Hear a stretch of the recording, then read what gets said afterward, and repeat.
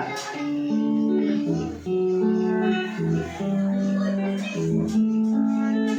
La la la la la la la la la la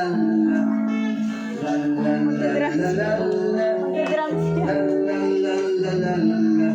Sa iba't ibang panahon ako ay narito, naging Kristiyano dahil kay Kristo at sa Kanya di naman ako ay natuto, naging isang buhay na patotoo. Nato ako sa iyong harapan, sandakot ng kanyang himala. Ako na dati talagang masama, tinago niya't pinagpala. Ako'y isang takot ng kanyang himala.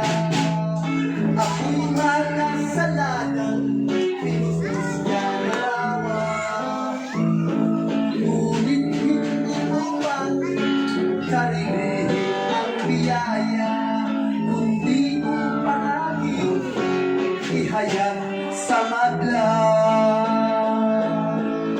Maraming lablo na ako ay baguhin, magulang, kapatid, babae, ipinatangi, maging ang simbahan o ang tangguan.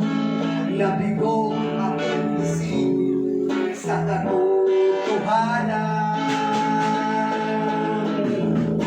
subalit nang ako'y kanyang tipunin. Kamay ni Jesus na naghirap para sa akin, ang pagbabago totoo ay dumating sa buhay ko.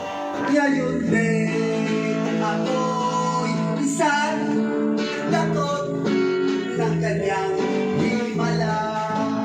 Ako'y makasalanan, pinusis niya ng awa. Ngunit hindi upang sarili ang biyaya, kundi upang aking ihayag sa madla. Ako'y isang takot ng kanyang himala. Ihayag ng aking hawin ang kanyang ginawa. Ako'y isang takot